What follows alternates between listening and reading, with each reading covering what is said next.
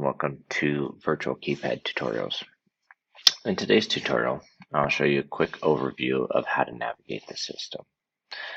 So when you first log in to your Virtual Keypad desktop client, you'll see your interactive accessibilities, whether they be tabs on the left-hand side.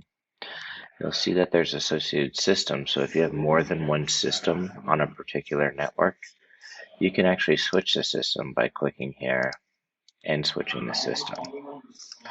So what you'll see here is I also have an arming zone here in the front. I have a lockdown in the down left, and then you can also see the associated history for the particular location.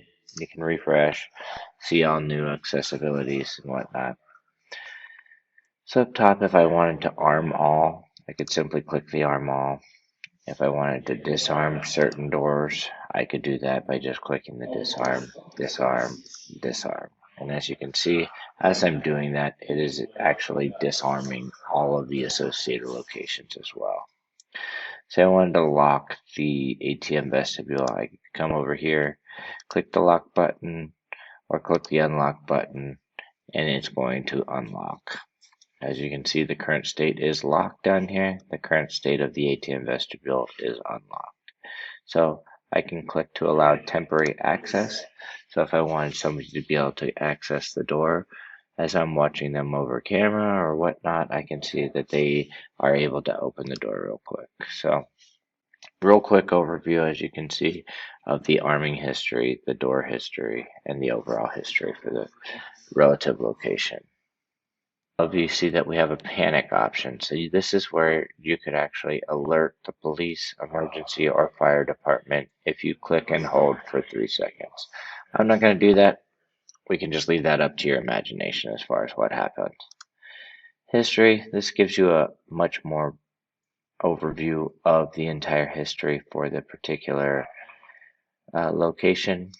Doors, again, just like the overview, you're going to have individual door access here. Schedules. So as you can see, I can see holidays, area settings, refresh, and I can actually click into this schedule. If I wanted to add additional schedules, I could come up here and add the additional schedules here. So looking into this Monday through Friday, 8 to 5, as you can see with this temporary schedule, it shows weekdays that I want it to be open from 8 to 5 and then to close after that. If you wanted to, you could add associated areas and doors, or doors, I should say. Down to actions. This is where you can customize actions. You can put favorites, you can associate lights, you can see the doors, you can see durations, any outputs that you have connected as well. And zone, so system action, as you can see, I want it to be disarmed or exit delay ends or whatever you'd like, and you can save it. Users, this is where you could come in, adjust your users, your profiles, so you have associated profiles with relative user permissions. You can associate those users with these associated profiles, so if you want them to have access to arm and disarm, to the ATM vestibule, to the duress system, or to the door access, you could do it there. Reports, this is where you come in and you could get quick reports here, so you could see who's had access to what.